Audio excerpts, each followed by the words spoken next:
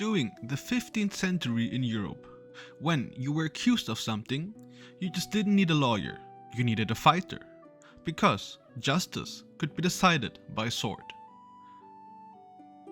One man, who was not a noble and also not a knight, but one of the most feared and respected fencing masters of his age, illustrated the most detailed, dangerous fight manuals the Middle Ages ever produced. His name was Hans Talhoffer.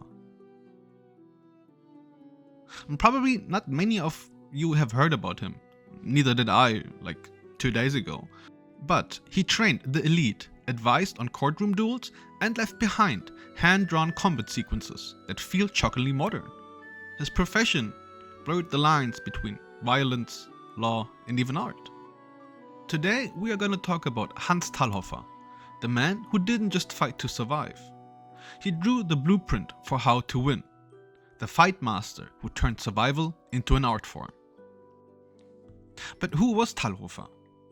He was born around 1410 in Swabia, then part of the Holy Roman Empire, and he lived during an age where combat wasn't just a profession, it was sometimes the law. He wasn't a knight or nobleman, as I said before, but yet he trained them. Talhoffer was associated with the Johanniter Orden, or the Order of St. John, and possibly studied under the fencing master Johannes Lichtenauer, whose influence is seen in his own techniques.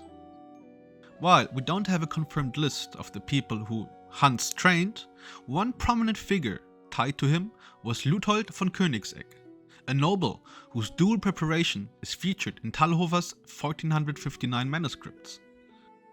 Maybe some of you recognize the name Königsegg, right? The Königsegg family is still alive these days, and Königsegg is also actually now a car brand. Königegg's company was founded in 1994 in Sweden by Christian von Königsegg, with the intention of producing a world-class sports car. And Königseggs are actually one of the most expensive cars these days.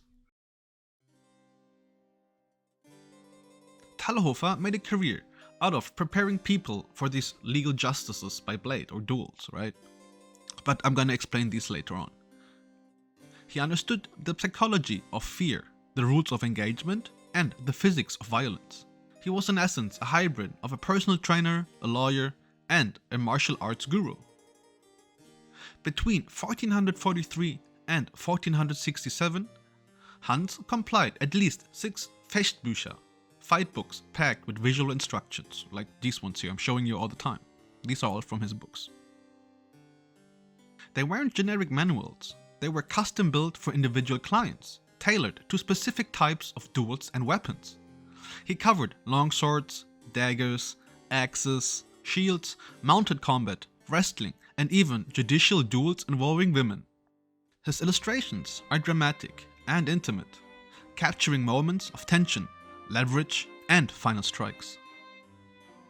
In the Holy Roman Empire, particularly during the High and Late Middle Ages, certain civil and criminal disputes, especially those involving honor, inheritance, or lack of witnesses, were settled by trial by combat.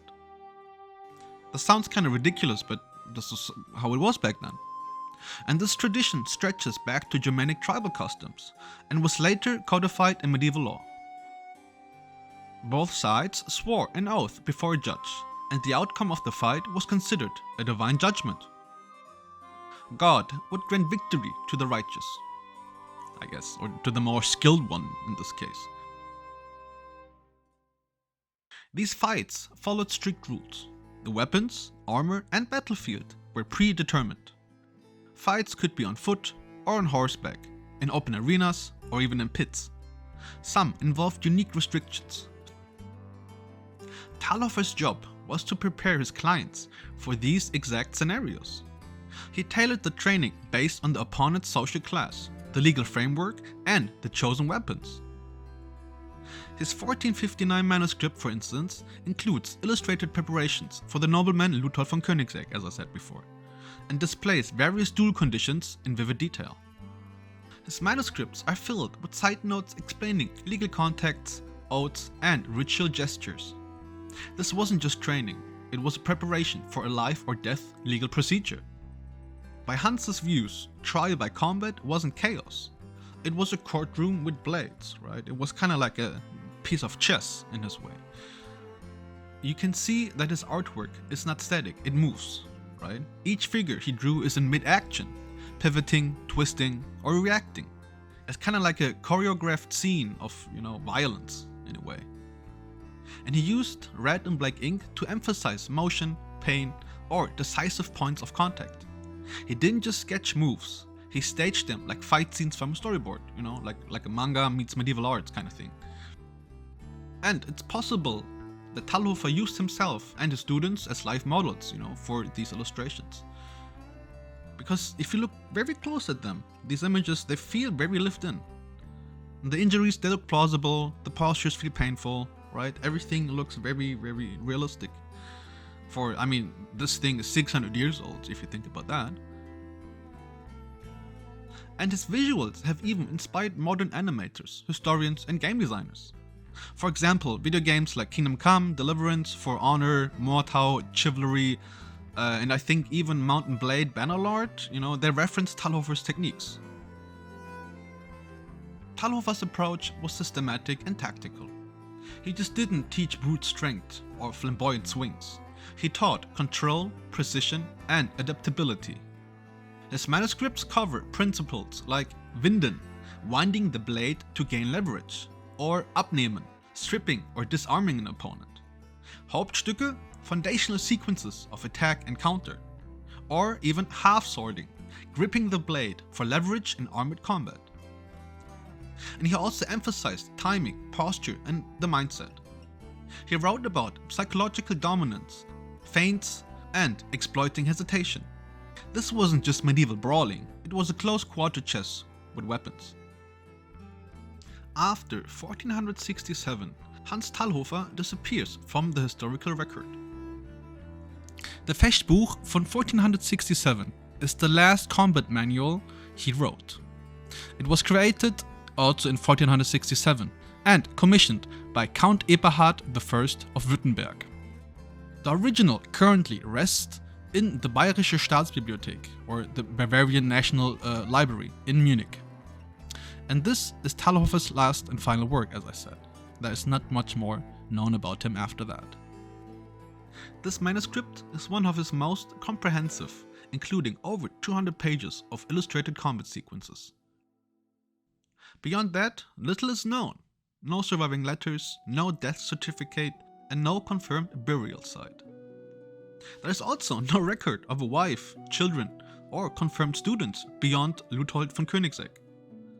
Some historians speculate Talhoffer may have returned to a quieter life, perhaps within the Order of St. John, where he once held affiliation.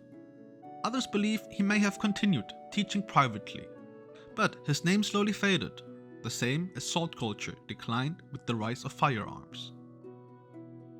Some people believed he lived on and died somewhere around 1482 or something.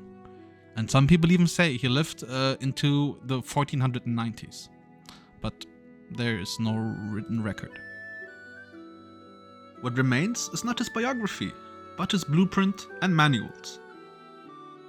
A man known for preparing others to face their death, vanished without a final duel of his own, or without any kind of records, right? But his work didn't die with him. Today, in the world of historical European martial arts, his manuals are studied like ancient playbooks. Practitioners recreate his movements, and academics analyze his cultural impact. Game designers use his combat logic for animations. Directors even references his sequences in films. In a digital age obsessed with authenticity, his analog fighting guides still feel raw, real, and shockingly modern. Hans Talhoffer, the man who made combat an art form. I hope you enjoyed this video and learned something new. About what other historical figure, topic, or event should I make a video about? Let me know in the comments. And if you want to support the channel, leave a comment for the algorithm, leave a like, and also subscribe if you haven't already, so you don't miss out on any upcoming videos or any old videos like these ones here. And as always, this is History Crafts, where history crafts itself.